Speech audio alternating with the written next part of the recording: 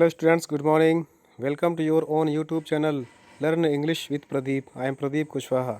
Preposition की आज की सीरीज़ में हम लोग पढ़ने वाले हैं use of for, use of sense, use of एगो, यूज़ ऑफ बिटवीन और यूज़ ऑफ एमंग. तो स्टूडेंट्स, मोस्ट इंपॉर्टेंट क्लास आज की होने वाली है.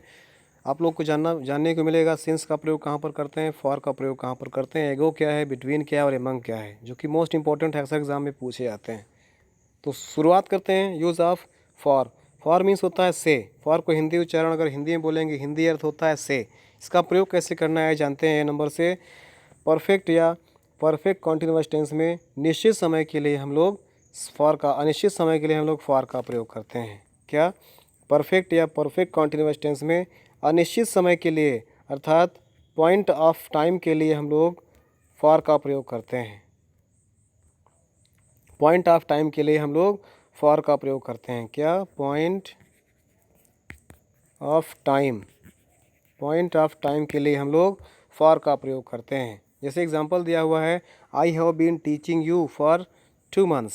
मैं तुम्हें 2 मास से पढ़ा रहा हूँ. I have been teaching you for 2 months. यहाँ पर देखिए 2 months 2 महीना. 2 महीना क्या है? पॉइंट ऑफ टाइम होता है, अर्थात कोई अनिश्चित समय होता है. निश्चित समय मीन्स अगर ये होता तो इसे ये हो सकता था 2 मंथ मतलब कोई डेट दिया होता, कोई सन दिया होता, नेम ऑफ मंथ दिया होता, नेम ऑफ डेज दिया होता, या फिर डे ब्रेक, या फिर यस्टरडे दिया होता, टुमारो दिया होता, या फिर मॉर्निंग, इवनिंग, आफ्टरनून, नाइट दिया होता, day after, before, day afternoon, जिस तरह दिया होता तब हम लोग वहाँ पर निश्चित समय मानते हैं और वहाँ पर सिंस का प्रयोग करते थे. यहाँ पर क्या है? फॉर का प्रयोग क्योंकि यहाँ पर परफेक्ट या परफेक्ट कॉन्टिन्यूअस टेंस में अनिश्चित समय के लिए हम लोग फॉर का प्रयोग करते हैं, इसलिए यहाँ पर फॉर दिया हुआ है. I have been teaching you for 2 months. मैं तुम्हें 2 मास से पढ़ा रहा हूँ. I have been teaching you for 2 months. उसी प्रकार से अगर फॉर का मतलब के लिए होता है, अगर फॉर का अर्थ के लिए होता है तब क्या होता है?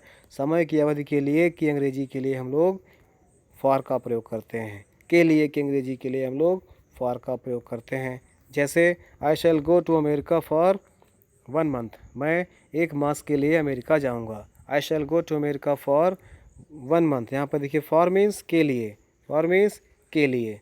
तो I shall go to America for 1 month. मैं 1 माह के लिए अमेरिका जाऊंगा. सिंस का प्रयोग समझते हैं. सिंस का प्रयोग मैंने पहले बता दिया, जहाँ पर निश्चित समय है वहाँ, यहाँ पर अनिश्चित समय है, यहाँ पर निश्चित समय हो जाएगा. सिंस का प्रयोग निश्चित समय के लिए करते हैं. इसे कहते हैं ये point of time. Point of time के लिए हम लोग सिंस का प्रयोग करते हैं. जैसे सिंस का अर्थ अगर से के लिए है तो परफेक्ट या परफेक्ट कॉन्टिन्यूअस टेंस में निश्चित समय के लिए हम लोग सिंस का प्रयोग करते हैं. जैसे I have been teaching you since 10 March. मैं आपको 10 मार्च से पढ़ा रहा हूँ. I have been teaching you since 10th March. मैं तुम्हें 10 मार्च से या 10 मार्च से पढ़ा रहा हूँ. तो यहाँ पर से के लिए हमने क्या प्रयोग किया? सिंस का प्रयोग किया. ये सिंस का प्रयोग क्योंकि ये निश्चित समय है. 10 मार्च निश्चित समय होता है. नेम ऑफ मंथ दिया हो, नेम ऑफ डेज दिया हो, या फिर सन दिया हो, किसी का डेट ऑफ बर्थ दिया हो, तो क्या होते हैं? निश्चित समय होते हैं. एगो का प्रयोग करना सीखते हैं. व्हाट इज़ एगो? हाउ टू यूज़ एगो. एगो मीन्स पहले. एगो का हिंदी में अर्थ क्या होता है? पहले. एगो मीन्स पहले. केवल पास्ट इंडेफिनिट टेंस में इसका प्रयोग करते हैं. जैसे I went to America a month ago. मैं अमेरिका 1 मास पूर्व गया था. I went to America a month ago. मैं अमेरिका 1 मास पूर्व गया था. अर्थात इसका प्रयोग केवल हम लोग पास्ट इंडेफिनिट टेंस में करते हैं. आज हम लोग जानेंगे यूज़ ऑफ बिटवीन. बिटवीन का प्रयोग करते हैं. बिटवीन और एमंग मोस्ट इंपॉर्टेंट है.